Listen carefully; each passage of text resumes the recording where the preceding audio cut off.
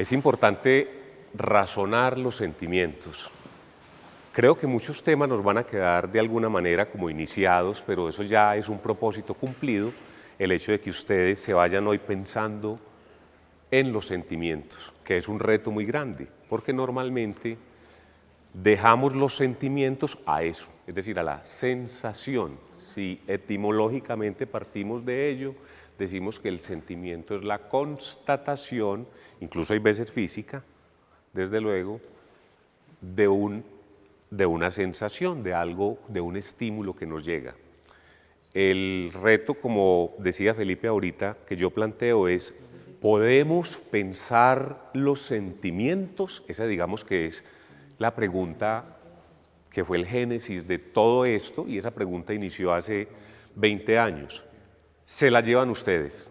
O sea, hoy la planteamos, la esbozamos, y yo quiero que cada uno vaya pensando esa posibilidad, que era hipótesis y que ya para mí es una teoría. Efectivamente, podemos pensar los sentimientos y las emociones, sobre todo con algo, las podemos pensar sin desteñirlas o deslegitimarlas. De hecho, en mi proceso académico yo hago una especie de debate permanente con Jean-Luc Marion, filósofo francés. Con Marion hice mi tesis. Marion, que es de la escuela fenomenológica francesa, habla mucho de las emociones y de los sentimientos y escribió un texto que se llama El fenómeno erótico.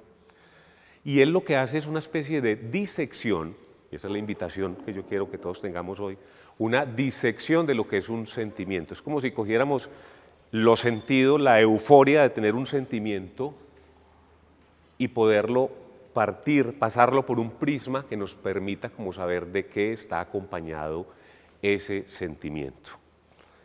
Es urgente, lo plantea Marion, yo lo convalido en la tesis, es urgente pensar el amor, es urgente pensar los sentimientos, porque hay muchos fenómenos sociales, familiares, personales, que no los tenemos claros y es precisamente por no haberlos pensado previamente. De hecho, yo hago una pregunta, ¿cuál es la escuela del amor? Pregunta que también nos vamos a llevar nosotros de ahora en adelante. Es decir, ¿cuál es la afectación que yo tengo frente a los sentimientos? A mí, ¿quién me enseñó a amar? ¿Cuál fue ese influjo principal? Familia, sociedad, iglesia, instituciones, como lo digo yo, en Razonamórate, Hollywood, la literatura inglesa. A mí, ¿quién me dio una versión de lo que era el amor? Más aún, el amor de pareja. Si no pensamos los sentimientos, fíjense esto que tan particular que me encanta. Hay veces nos quedamos con una versión tan corta del amor que pensamos, cada que decimos amor en pareja.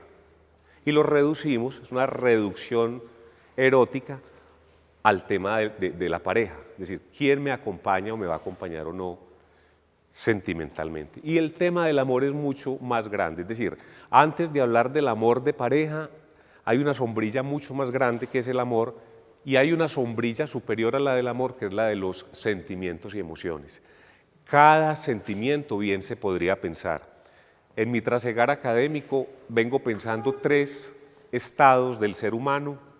El primero fue el amor del que vamos a hablar hoy y para el cual les voy a dar como un antecedente general de amor para llegar a amor propio, tema tan manido, hay veces se vuelve un tema muy manido, como que se vuelve casi que un tema de moda y cada quien lo trata a su manera, pero también he investigado el tema de la dignidad, que es eso que tanto mencionan que es la dignidad, y que les anticipo, ese lo trabajé con la Universidad de Salamanca, va muy ligado al tema de amor personal. Todo el mundo habla de dignidad, pero si no sabemos qué es la dignidad, realmente, cuál es el concepto colectivo de dignidad, el concepto histórico, religioso, filosófico de dignidad y mi propia versión de dignidad. Lo mismo estoy trabajando ahora, esa es mi reciente aventura que yo creo que terminamos en enero del 2025 con la Universidad de Algarve y es otro tema para pensar, que es el tema de la esperanza, no a la luz teológica, sino la esperanza como la llama el posmodernismo, que la llama a veces optimismo. ¿Sí? 3 sentimientos que les dejo ahí como para que ustedes vayan considerando que se pueden pensar: amor, dignidad, esperanza. Creo que se viene un cuarto que me viene como llamando la atención, y es la angustia. Desde luego que se puede pensar la angustia, pensemos, ¿qué es la angustia? Que me parece a mí es uno de los sentimientos más dañinos del posmodernismo. ¿Cómo la defino? ¿Cómo la vivo? ¿Cuál es la contingencia? ¿En clave de psicología o en clave de herramienta propia que cada uno de nosotros tengamos? Mi propuesta, al lado de la de Jean-Luc Marion, es decir, que si yo conozco realmente el amor, puedo ya aventurarme a vivir esa experiencia del amor. De lo contrario es muy difícil. O queda la otra posibilidad, es ir aprendiendo de la contingencia. Voy dando tumbos y voy aprendiendo a amar a partir de su versión opuesta, que es el desamor. He publicado 2 libros. Uno es Razonamórate, la necesidad de pensar el amor. Y otro que se llama Me voy, y que ya no habla de amor, sino de desamor.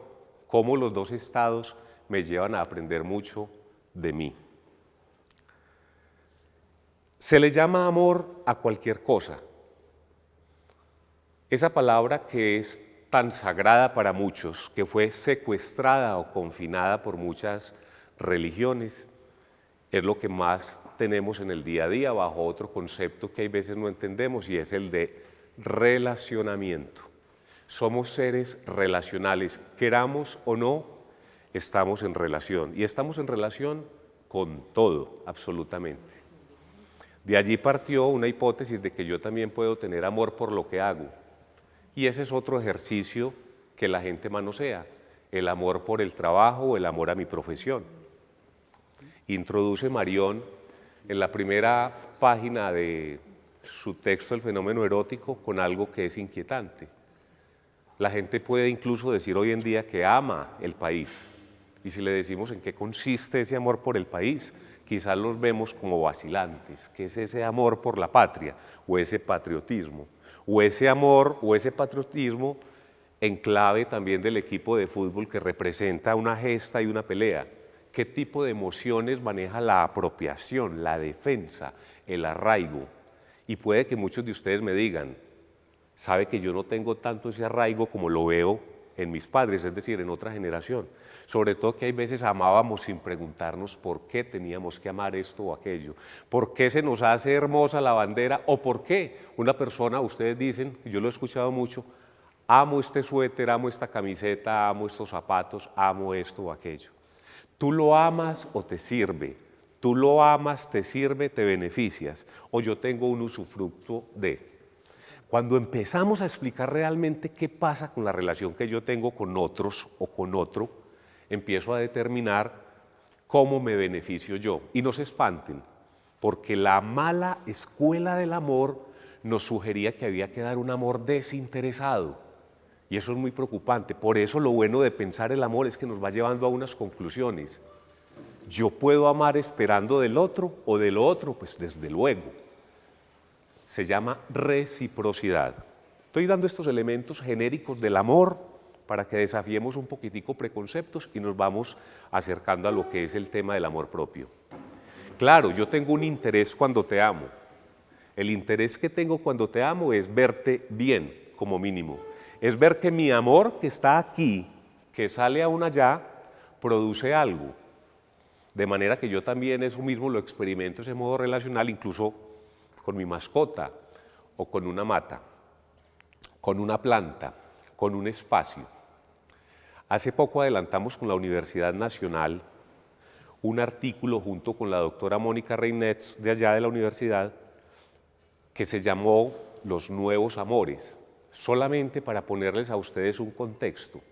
Anteriormente que nos matriculábamos en aquello de que era mi pareja o mis hijos, donde yo podía expresar el concepto del amor, ese era como el símbolo. La gente decía, ¿quieres ver un verdadero amor? El que siente una madre por un hijo, o un hijo por una madre o por un padre.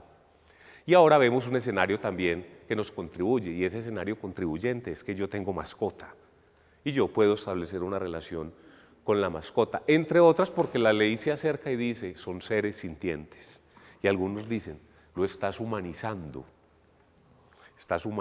tu mascota. Planteamos una propuesta. No te vamos a decir que no lo humanices, pero te vamos a invitar a que no lo desanimalices. Es decir, sigo teniendo una relación con ese ser vivo, lo cuido y medianamente él hace un gesto que yo interpreto a bien y con él pues sea el movimiento de la cola, el plegar las orejas o el caminar rápido, me da a mí la sensación de que entendió un comando que le di y que está siendo recíproco. No olviden esa palabra. Y en esa palabra nosotros podemos ser exigentes. Reciprocidad. ¿Cuándo verifico, atención a esta expresión, cuándo verifico yo que mi relación va bien o no con ese otro que está allá afuera? A partir de la reciprocidad. ¿Qué estoy recibiendo yo de allá que sea correspondiente a lo que espero? Cuidado con idealizar. No es lo que yo idealizo, es lo que quiero y necesito. Sergio, suena fuerte decir que uno necesita de alguien una expresión, una compañía, un gesto. Suena fuerte, pero parece un canje, pero es tal cual. Es decir, es constatable y es el fenómeno erótico. Se da. Toda relación debe tener ese ingrediente. Nos han dicho, para que vamos entrando en materia de lo personal, que el amor es la participación como cuando antes nos hablaban en términos muy elementales de la comunicación de emisor y receptor. Entonces aquí nos hablan de amantes, palabra que ha sido también muy manoseada, muy desteñida, porque no la hemos pensado lo suficiente. Los dos intervinientes en una relación generan un fenómeno que es un aquí y un allá. Así de sencillo. Siento un amor desde aquí hasta allá donde tú estás, envío un código, envío un mensaje, pensemos en el momento, cada uno de nosotros pensemos en ese pedacito de la conquista, por ejemplo, que ayuda mucho a ilustrar esta situación, este fenómeno. Yo recibo un estímulo de allá que me dice, mírame, look at me, aquí hay algo interesante, te tengo una propuesta. Recibo el estímulo y mando otro estímulo para que haya un dinamismo y una reciprocidad. Eso no se puede condenar para nada. Esa es la realidad. Si le pusiéramos una cámara lenta a ese momento de la conquista, nos daríamos cuenta que lo que tiene una primera cita o un primer contacto por una plataforma muchas veces es eso. Me llamó la atención de ti esto y yo tengo esto para ofrecer. Si ese ejercicio se hace de forma auténtica, maravilloso, porque nos ahorramos tiempo. Lamentablemente, muchas veces empezamos a impostar, a tener una posición superflua y empezamos, digámoslo así, a seducir al otro bajo una postura que no es la propia. Y eso ya la psicología ha tenido como su momento para mencionarlo. Conclusión, después nos damos cuenta con quién nos casamos o después nos damos cuenta con quién estábamos y comparando o verificando, no se les olvide esa expresión, verificando, nos damos cuenta que no era la propuesta que me vendiste o no era la propuesta que yo me vendí. Esta relación, ¿por qué se fue al traste? Porque finalmente o tú no fuiste real o yo no te puse real. Correcto, son dos personas las que intervienen ahí. Aristóteles hace una invitación muy bella porque él dice que, en conclusión, es un poco arbitrario resumir, pero para el ejercicio que estamos haciendo viene bien. Él dice que el verdadero amor quizás esté más dado en la amistad que en los amantes. Porque quizá los amantes, dice él, tienen lo pulsátil quizá de la sexualidad. Fíjense que hay una situación muy bella que él verifica y él dice, hay relacionamiento, claro, hay amante y amable, es decir, hay dos elementos que se cruzan aquí. Hay fidelidad, quizá los amantes no exigen tanto, quizá los amigos no exigen tanto la fidelidad. es una particularidad porque es uno de los elementos de la relación y me lo preguntan mucho y pudiera ser otra discusión para otro espacio que tengamos aquí. Solamente hablar de fidelidad e infidelidad o lo que se llama a veces lealtad o no lealtad versus fidelidad o juramento eterno. Entonces él dice, lo que tienen los amigos es que muchas veces los amigos entre sí no se exigen exclusividad. Tú eres mi amigo y mi mejor amigo, pero al mismo tiempo te permito que tengas otros amigos. Mientras que los amantes muchas veces sí exigen la exclusividad. Y ahí entraría un tema que Marión lo determina bellamente, que es el cruce de las carnes. Entonces, cuando uno verifica esos dos escenarios, se da cuenta que lo que uno está permanentemente es en relacionamiento. Mi perro o gato amante, quizás sí, porque es digno de ser amado.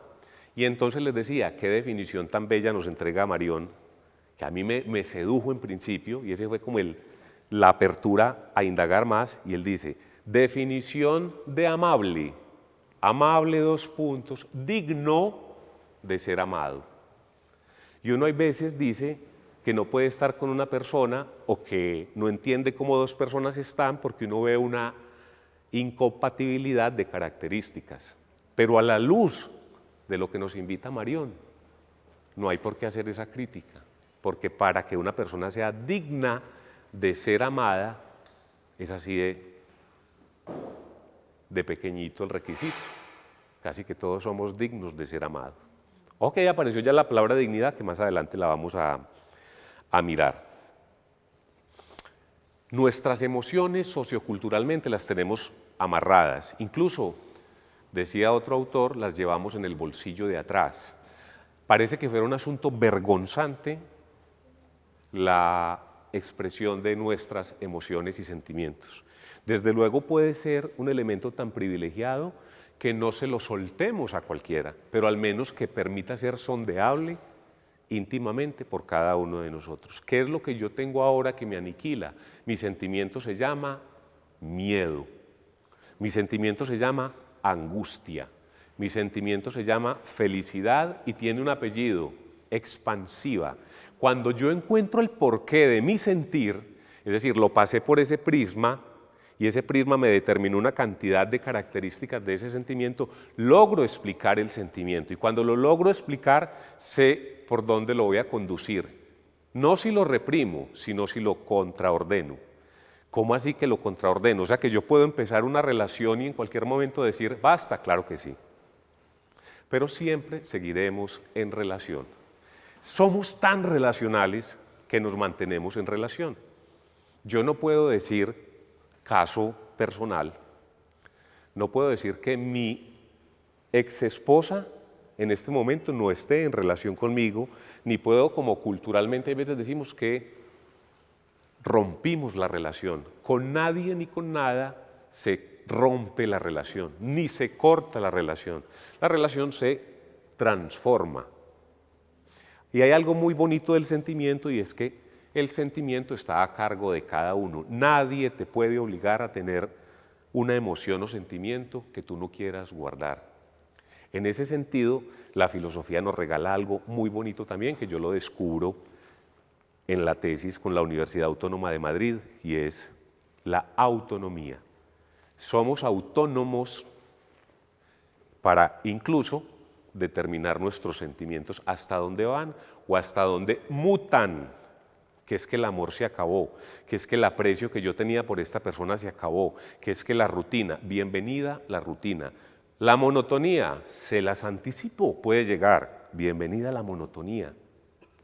Atiendan la monotonía, no es desamor, por eso escribí el segundo libro, ¿qué es realmente el desamor? ¿Cuál es la decepción? ¿No se cumplió el ideal? ¿Fuiste engañado, engañada, lesionada, traicionado, traicionada? Entonces hay que tener una versión tanto del amor como del desamor. Ese diagnóstico como para que nosotros siempre nos preguntemos cuál es nuestra verdadera escuela amorosa, porque inconscientemente terminamos amando como papá y mamá, o como vimos que era el influjo de un amor idealizado, como les decía ahorita, por la literatura. Pero ¿cuál es la versión propia del amor? ¿Y cuál es la versión propia o no de el juramento eterno, es decir, de eternizar el amor. Cuando estamos también en términos de todas las inas que nos activa nuestro cerebro, nosotros queremos prolongar ese tiempo, volverlo largo, ese momento de bienestar con la persona con la que estamos, que dicen las neurociencias y los científicos hablan de 6 meses a 3 años. Lo queremos eternizar. Marion lo dice bellamente, el amante quiere siempre amar incluso más allá de la vida. Por eso salieron unos íconos tan particulares de te amaré en esta vida y más allá. Por eso el juramento eterno muchas veces dice, ojalá nos encontremos en un más allá. Cada quien le dirá de muchas maneras. La poesía hace su planteamiento. La psicología lo aborda de otra manera. El teatro también lo manifiesta con tragedia. Fíjense que hay una relación muy pequeñita, pero puntual, entre amor y tragedia, entre amor y pasión, entre amor, hay veces, y fuerza, entre amor y violencia. Entonces, ¿cómo culturalmente yo puedo observar eso y decir yo a qué cultura pertenezco? Esa es la invitación general que voy a tener. Ahora bien, si les decía que hay 2 agentes que aman, o 3 agentes que deciden amarse, o muchos agentes que en un grupo dicen somos una cofradía y aquí tenemos un arraigo sentimental, un acuerdo sentimental, pensemos en el amor como movimiento. Se supone que yo amo a quien tengo al lado o a quien tengo enfrente y de ahí, como les decía ahorita, voy a recibir esa reciprocidad. Eso es lo elemental y eso es lo que hemos visto. Pensemos ahora en el amor propio. Vamos a dejar el concepto de amor de pareja y la generalidad por allá a un ladito. El amor propio. Si supongo el amor como movimiento, como de un aquí a un allá, entonces, ¿cómo hago para explicar que yo dentro de mí mismo me pueda amar? Varias versiones. El autor que me ilustró y animó y me inspiró dice que él no lo ve posible, porque eso supondría 2 yoes, un Sergio, otro Sergio, que además se habitan en un mismo cuerpo y que están aquí. Y él no contempla esa posible disociación. Serían 2 yoes haciendo una intervención. Él no lo admite. Sin embargo, yo sí lo convalido. O sea, me sirvió Jean-Luc Marion para que me inquietaran ciertas cosas, y eso pasa muchas veces cuando cogemos un autor y es nuestro referente, quizá entramos en unos debates muy grandes con ellos. Yo digo que un autor muchas veces puede ser un buen sparring para uno, porque precisamente o escribe muy mal o tiene un pensamiento que genera contravía con el pensamiento que yo tengo, pero me permite consolidar mi punto de vista. Entonces yo con Marion no comparto, ahí tuvimos un desacuerdo, no comparto el planteamiento que él hace de que no es posible el amor propio. Sí es posible el amor propio en términos de lo siguiente. Ya les dije al principio que yo puedo razonar sobre el sentimiento y que razonarlo no lo deslegitima. Y si yo uso la razón, facultad humana, la privilegio y la uso para mirar cómo me aprecio yo y hacerme una pregunta, ¿de qué soy digno yo, digna yo? Es decir, ¿qué es lo que le hace bien a mi cuerpo, integridad, personalidad, desarrollo, participación? Cuando yo logro determinar qué me conviene o no, qué es bienestar o no, incluso desde lo sensorial, qué me hace conectar más que no, que otras cosas que quizás no, estoy cayendo en cuenta de una cosa que es la contemplación propia. Para mí es posible y eso es lo que nos falta.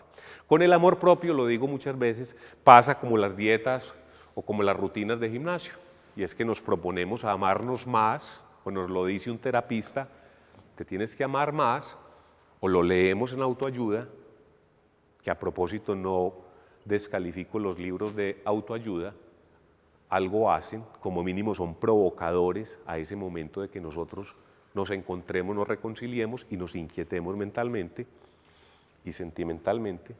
Miren la iconografía, ¿no?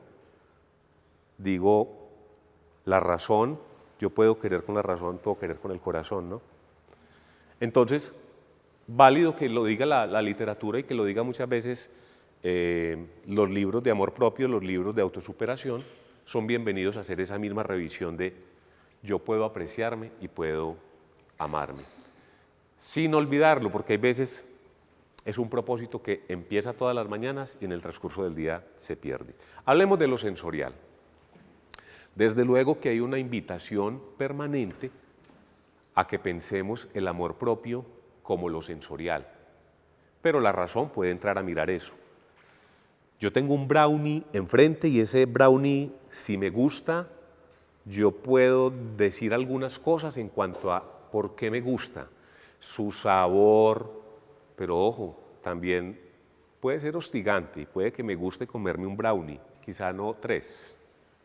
Entonces ya estoy estableciendo el límite. La razón y el bienestar me dice que 2 o 3 me indigestan. Luego ya entendí un punto que me dice hasta dónde amar o no, es decir, usufructuar. No les dé nunca vergüenza decir eso. El otro, yo lo puedo usufructuar ese brownie. Si yo puedo pensar un brownie o un diamante, porque digo este diamante es bellísimo por el corte, los destellos que tiene o simplemente porque se me hace agradable a la vista, ya estoy haciendo un ejercicio reflexivo que no debe ser porque sí. ¿Por qué te gusta este niño o aquella persona? No sé, tiene algo que me encanta. No, hay que entender realmente en esa disección del relacionamiento por qué realmente me encanta. Es la anatomía que yo tengo que hacer del ejercicio de relacionamiento. Siempre estoy en relación, quiera o no. Vuelvo al tema. Con quien me separé hace 20 años, sigo en relación. No es mi mejor amiga, porque fue mi amante o porque la conocí mucho. No, es una persona que da cuenta en mi vida y yo puedo decir que es mi ex pareja, mi ex esposa. Luego estamos en una relación, no de amantes, sino de ex amantes. Estamos, queramos o no, en una relación y quienes se han separado y tienen hijos entran en un relacionamiento de el padre de mi hijo o de mi hija. O sea, siempre habrá una relación. ¿De quién depende que esa relación sea buena o mala? De cada uno de nosotros. Volvamos a amor propio. Es la consideración de lo que estamos sintiendo. Entonces, como es un tema tan difícil hay veces de explicar y se vuelve subjetivo, acudo a la sensación que cada uno o cada una experimenta. Bienvenida si la prótesis para entender amor propio, si esa prótesis o ese bastón es el ejercicio físico que me permite verificar que me veo mejor. Estoy hablando de sensación, el sentido. La vista me dice que bárbaro, me paro aquí y me veo mejor. Físicamente me veo mejor, pero además me siento mejor, siento más habilidad para moverme. En esa misma medida yo puedo ir descubriendo que lo que llamamos en filosofía el hedonismo, o sea, el placer, que no es como satanizaron a Epicuro en su momento, que le decían que él hacía apología del placer por el placer. El hedonismo es mucho más que eso.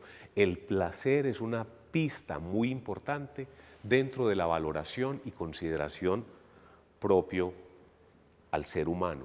Entonces, cuando yo determino que esta comida me hace bien, además de saber bien, me hace bien, yo puedo poner el límite y seguir frecuentando esa situación que me hace bien.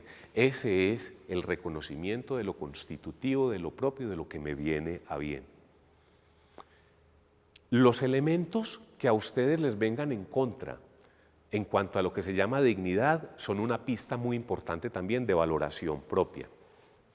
¿Por qué acudo también al tema de la dignidad? Porque veo fenómenos sociales que la gente cita frecuentemente y que no los ha pensado. Entonces sale una persona de este recinto o de su oficina, tira la puerta fuertemente y le pregunto que qué le pasa y me dice que se siente indignada o indignado.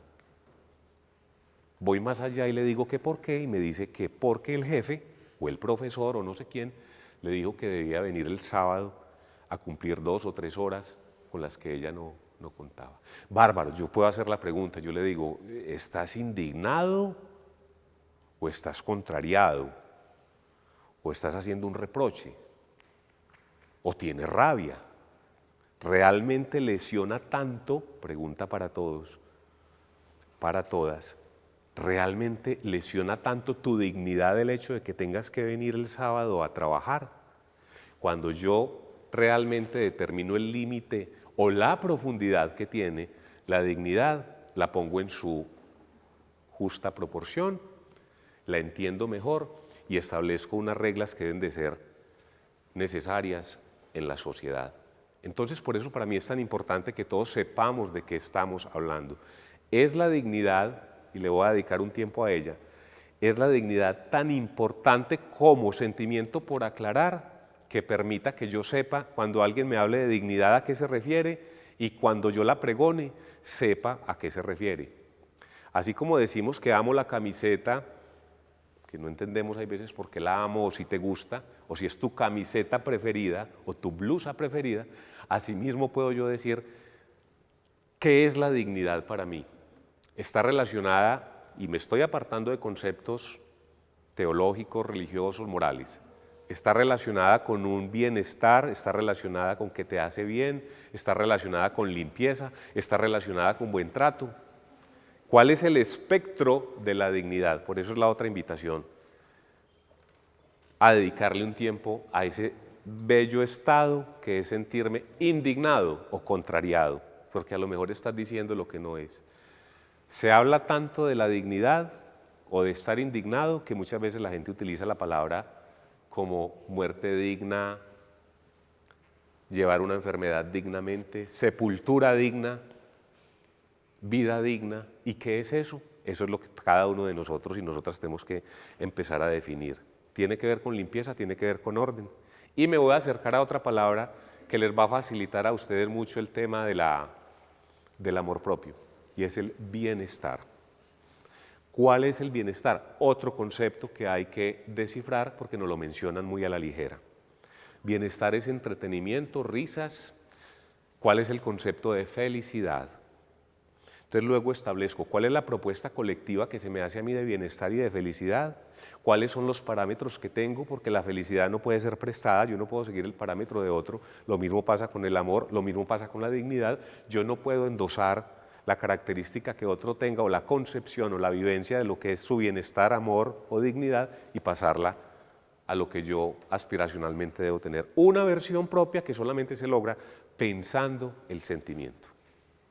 Hay que pensar el sentimiento, hay que pensar la circunstancia, hay que pensar mi estado. Encajo no en el estado, pero es mi versión, no encajo en el estado del otro. Y una vez determine o haga esa deliberación, sé si sigo fecundando el bienestar, la felicidad, el amor que me estoy prodigando. El amor tiene un elemento bien particular. Atiendo preguntas también por si alguna tiene una inquietud. Y es que es un verbo reflexivo. Curiosamente, con los tres que estoy sondeando, que es amor, dignidad y esperanza, son verbos reflexivos. Yo puedo amarme. Luego eso también me permitió de alguna manera desafiar a Marión cuando él decía que no nos podíamos amar. Yo puedo amarme, yo puedo apreciarme. Hace poco leo un libro donde dicen que más que la falta de amor es la prevalencia de un odio propio, y efectivamente lo que estamos constatando en la inconformidad que muchos de nosotros tenemos es que es un odio propio y un reproche permanente por los actos, por las características que tenemos que sobresalen o por las que nos hacen falta. Entonces, muy importante saber cuál es el sentimiento de incomodidad que cada uno de nosotros está desarrollando, al punto de que, como lo proponen estos autores, pueda ser no una falta de amor, sino incluso un odio propio. Muchas veces me consultan por el tema de los problemas de pareja. Por eso les decía, es muy recurrente que cuando a alguien le preguntan la versión del amor, piensa en lo que tiene cerquita. Y de hecho llegaron a sentenciar por ahí que la pareja estaba pasando por una crisis y se ha planteado eso. Que la pandemia despertó muchas cosas por el tema del confinamiento, y cuando dos que se veían ocasionalmente en la tarde o los fines de semana tuvieron que exponerse permanentemente. Yo lo llamo de forma muy grata cuando vi que tu camiseta era moteada o que el cuello de tu blusa era muy abierto, o que tú trabajabas y apareció el teletrabajo y apareció la ropa de fatiga, es decir, la ropa de la casa, donde era pues, mucho más informal, y yo encontré que mi pareja era más desgreñada de lo que yo frecuentemente veía cuando se arreglaba para mí. Entonces me llama mucho la atención porque en esa misma medida veo yo que las personas hablan de la pareja sin pensarse directamente ellos qué esperan de sí. No hay una crisis de pareja, hay una crisis de amor propio. La crisis de pareja, que muchas veces se evidencia en las sociedades, es un síntoma apenas de lo que es, lo que yace en cada uno como amor propio. Y ese amor propio se evidencia porque muchas veces me dicen a mí, yo por qué veo que estoy endosando patrones y que siempre escojo las mismas parejas.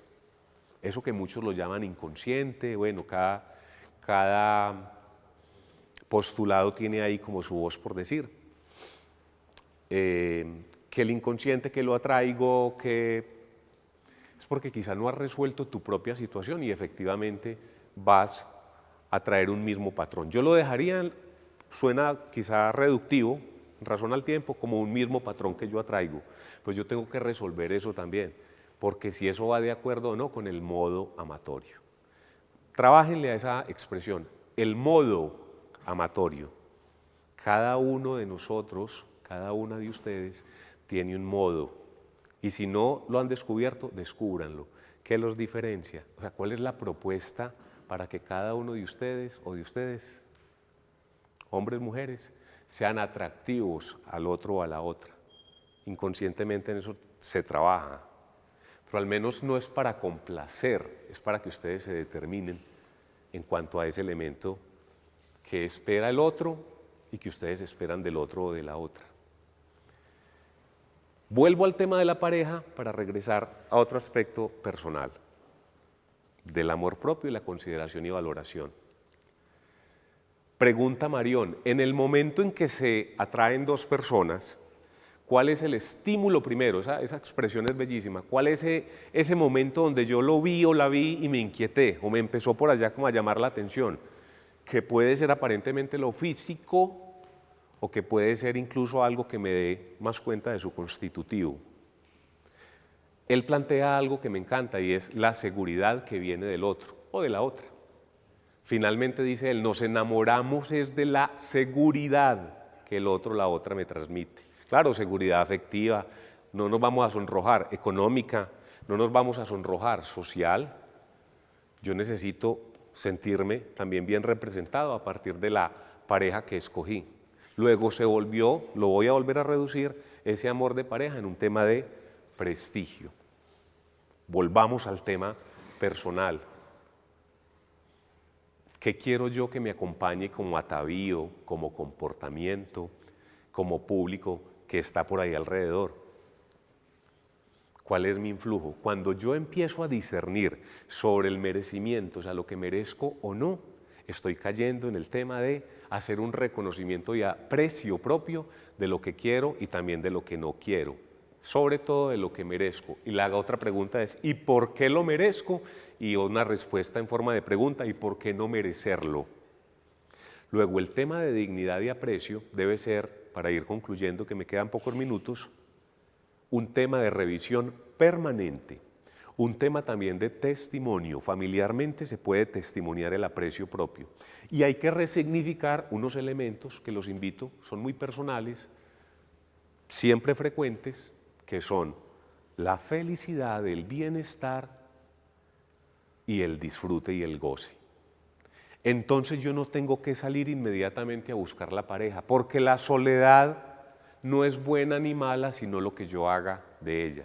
Y tengo que romper también un patrón, que es el patrón que me exige que mis pares todos están en pareja, o han estado en pareja o tuvieron hijos, y ese termómetro hay que desafiarlo permanentemente.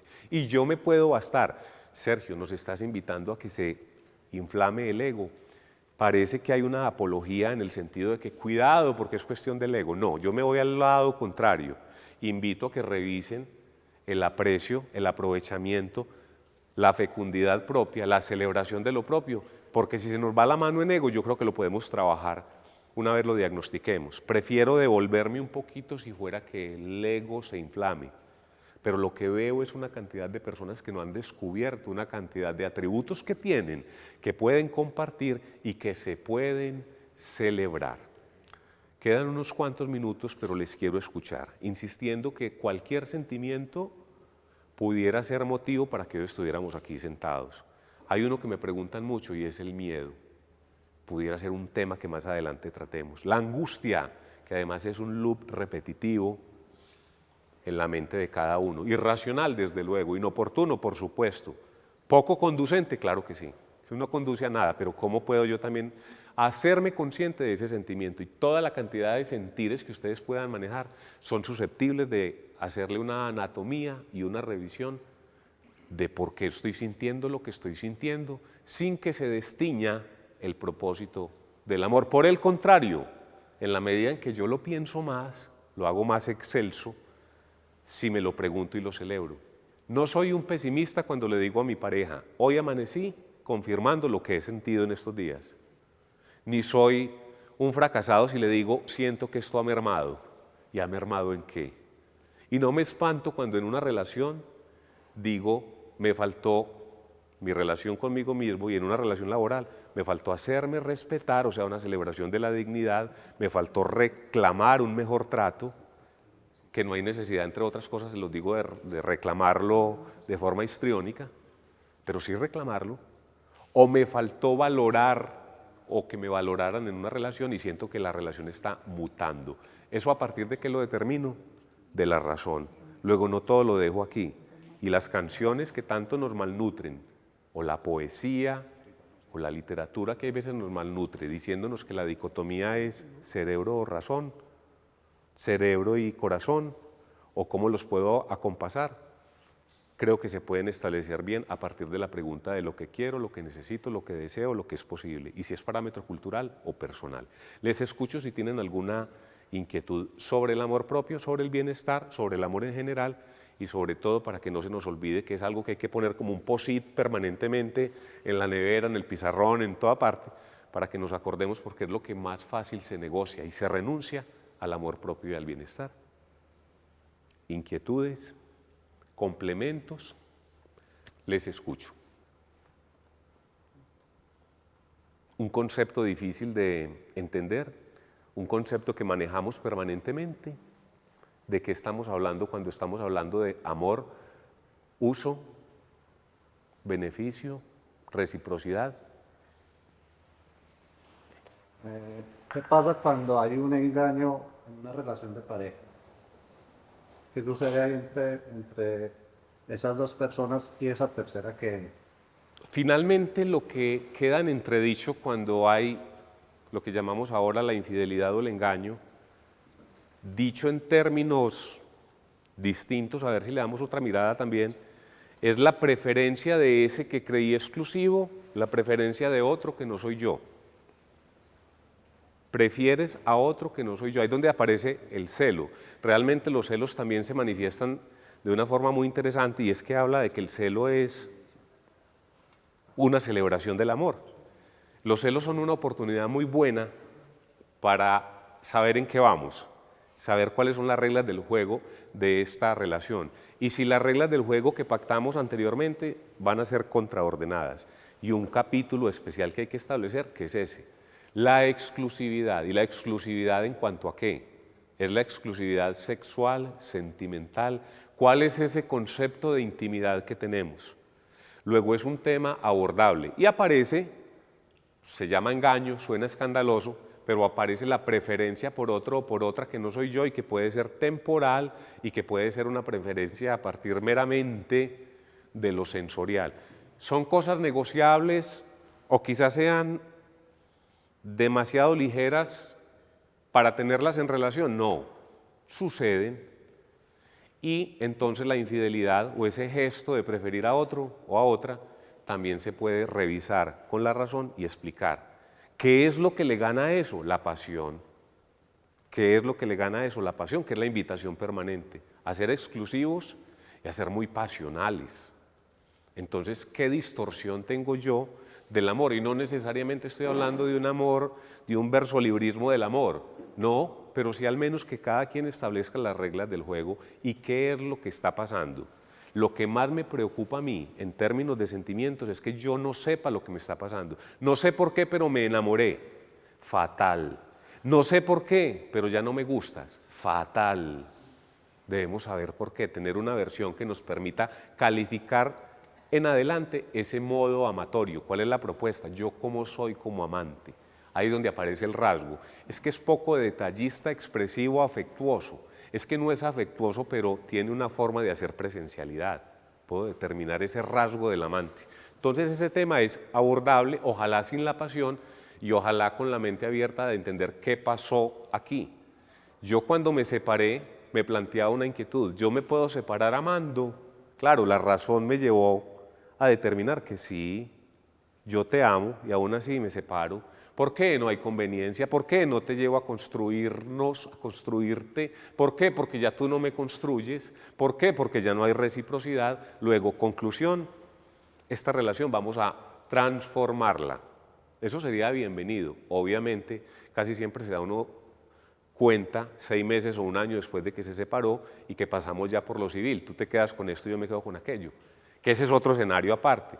La responsabilidad jurídica de los hijos y la parte civil. Pero cuando ya logro yo sortear eso, que ojalá fuera al mismo tiempo, yo pudiera darme cuenta de que tengo una versión de lo que aquí pasó y que quizás, como me pasó a mí, le demostré a la persona con la que estaba, permítanme, doy cuenta de eso, hace más de 20 años ya, le demostré que finalmente ella también ya no estaba creciendo a mi lado. Podemos llegar a una conclusión que permita eso y mucho más, no solo para que ella se conozca y por conocerla a ella, sino porque yo también me conocí a partir de ese desamor. Esa es otra oportunidad muy buena que insisto. Ahí hay una cantidad de información en el desamor o en la forma en que yo me enamoro y me acerco a otra persona. ¿Alguna otra inquietud? Bienestar desde el cuidado, bienestar desde la salud, bienestar desde la seguridad y la estabilidad emocional o no, la lectura que yo haga emocionalmente de lo que voy viviendo todos los días.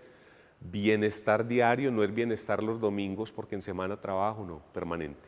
Tengo una pregunta de eso. Pues es como posible dosificar la cantidad de amor que uno le da a otra persona, depende de lo que merecen, de lo que uno considera que se ha ganado.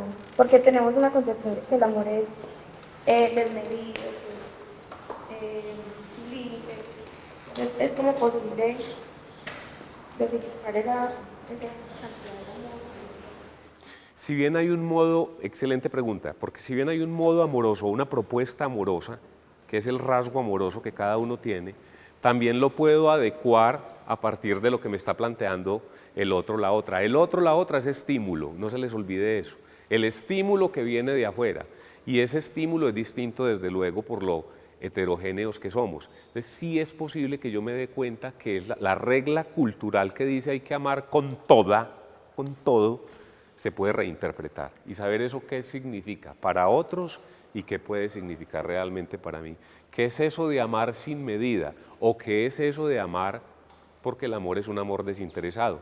Válido mucho para las relaciones de padres, de padre a hijo, no es que ese amor no tiene interés, no, todo amor tiene interés, no nos sonrojemos, hay un interés en amarte y el interés es como mínimo verte bien, que haya reciprocidad, porque si no, yo para qué riego la planta si veo que no produce nada, tendré que buscar una explicación en algo. Sí, puedo ponerle el termómetro a esa dinámica de cómo empecé amando, qué tanto estoy dando o arriesgando, qué tanto estoy recibiendo o qué tanto he cambiado y de pronto tengo una necesidad o perspectiva distinta de lo que es dar y estar en amor. Eso puede ir cambiando. Y amor, insisto, con todo, es decir, lo que se llama hacer un trabajo con pasión, lo que se llama el compromiso con una empresa u organización, lo que se llama mi relación con la profesión que escogí. O sea, en todo con lo que yo me relacione, tengo una propuesta y tengo también una medida que se puede revisar en cualquier momento. No hay última palabra para eso. No hay última palabra para eso. Se dice muy a la ligera amor por mi equipo de fútbol. Es un sentimiento. Se dice muy a la ligera a este lo quiero, a este lo aprecio, tengo especial cariño, simpatía por este o aquella, válido, me gusta. Lo importante y la invitación es pensar lo que estoy diciendo y lo que estoy tomando a la ligera.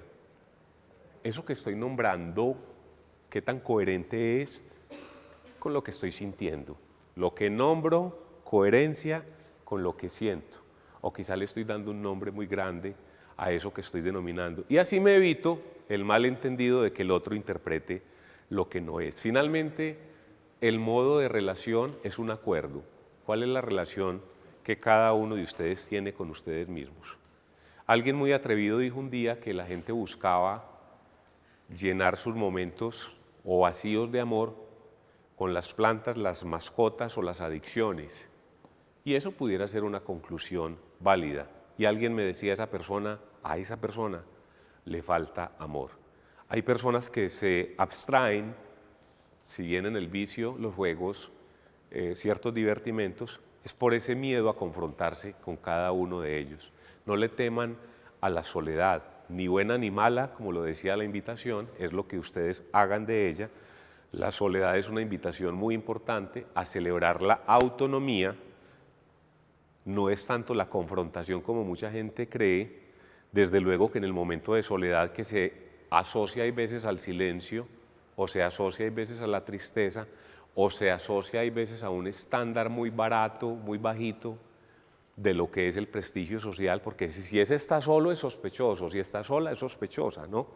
¿Y por qué? Porque fue mi decisión.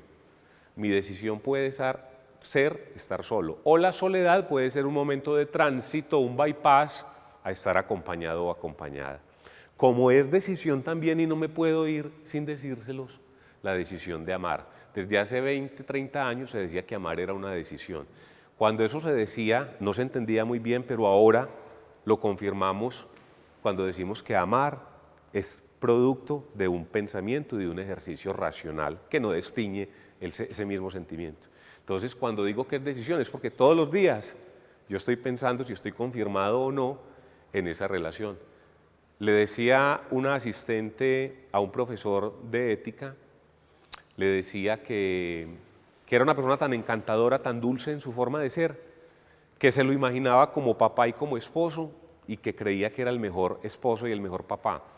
Que les hablara un poquito, que nos hablara un poquito de su relación matrimonial, porque debe ser la más bonita del mundo. Y él decía, vine a dictarles esta clase a las 6 de la tarde. Cuando dejé a mi esposa en la casa, todo iba bien. Ahorita que llegue a las 8 o 9 resolveré ese tema si todo sigue bien, porque precisamente el amor se está verificando permanentemente. ¿Suena a ser muy aguafiestas? No, me anticipo a que ustedes tengan por sorpresa el desencanto del qué pasó aquí a partir del desamor no explicado. Se explica el amor, se explica el desamor. Muchas gracias, y mi invitación siempre a pensar los sentimientos, a darles nombre y a hacerle una anatomía al sentir. Muchas gracias. ¿Oyeron?